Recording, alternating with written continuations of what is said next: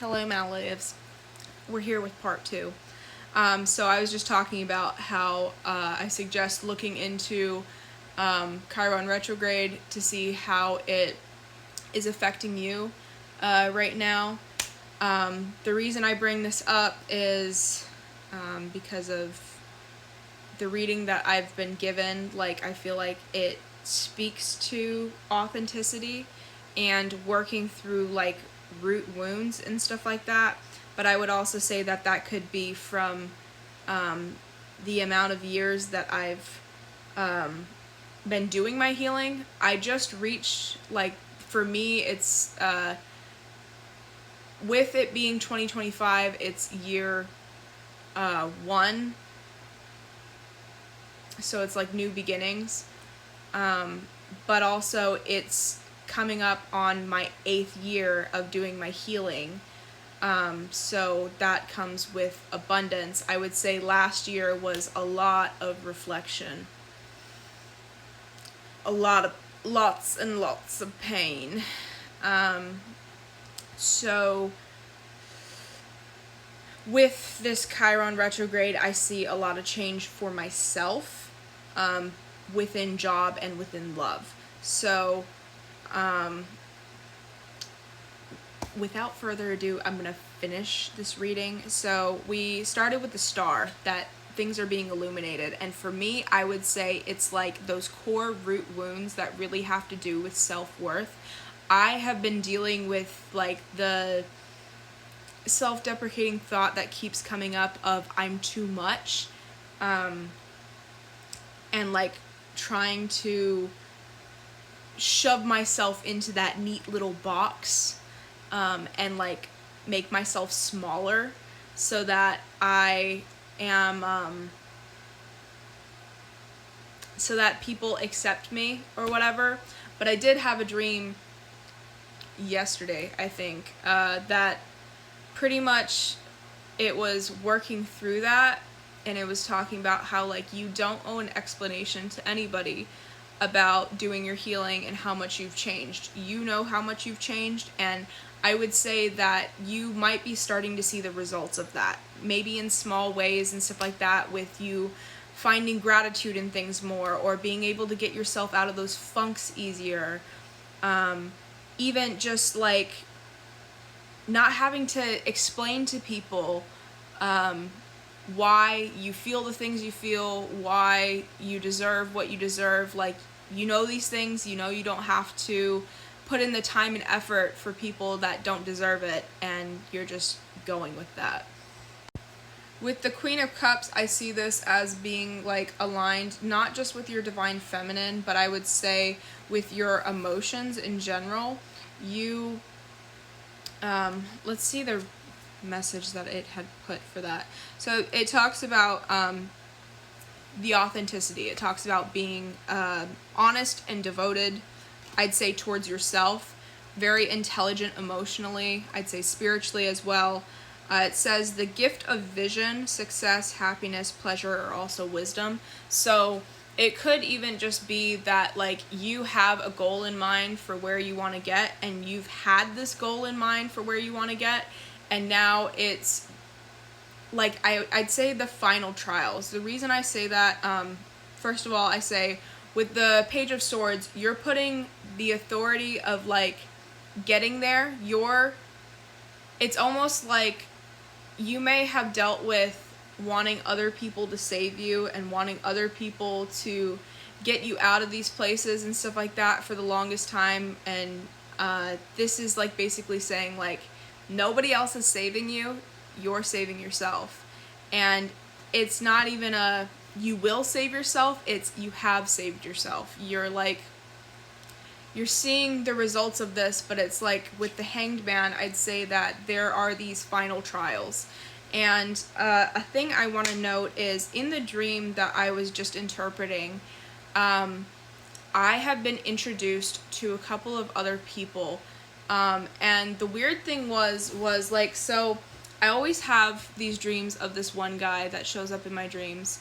I would say he's my divine masculine.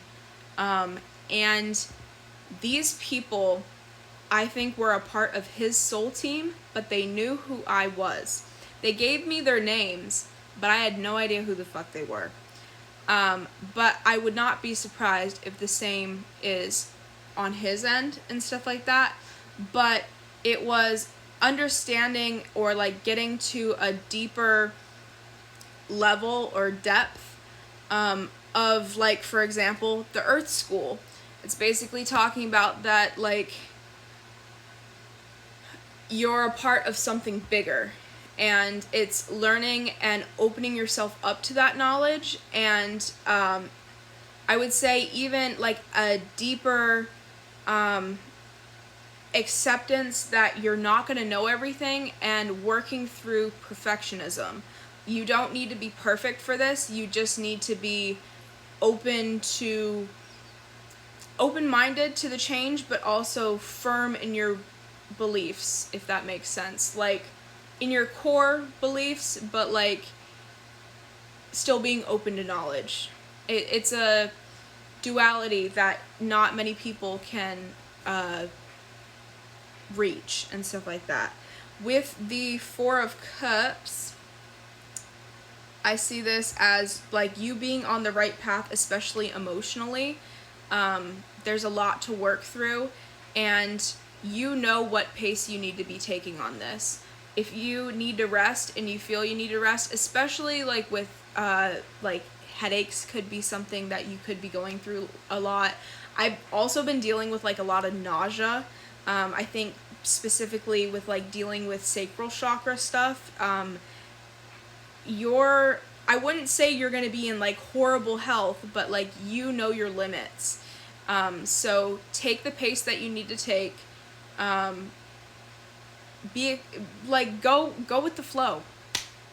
That's as best as I can say it. Like it's not all gonna be good, it's not all gonna be bad, but stepping into that unknown, and like for me, it's a big deal being able to step into the unknown and like kind of be excited about it as well, and not just be terrified, because that used to be like my biggest fear.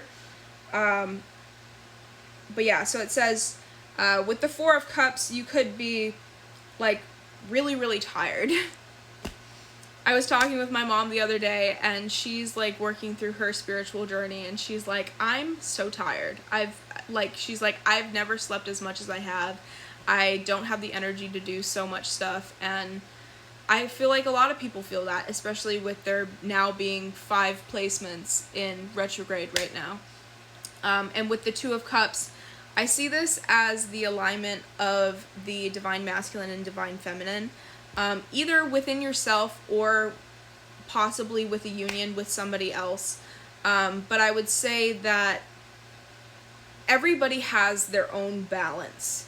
I know in my dream there was a part that was talking about like vulnerability in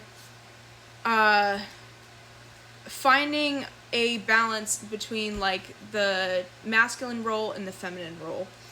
And not like for that one, it was like talking about how it's a safe space, it's a safe environment for you to be able to learn these things.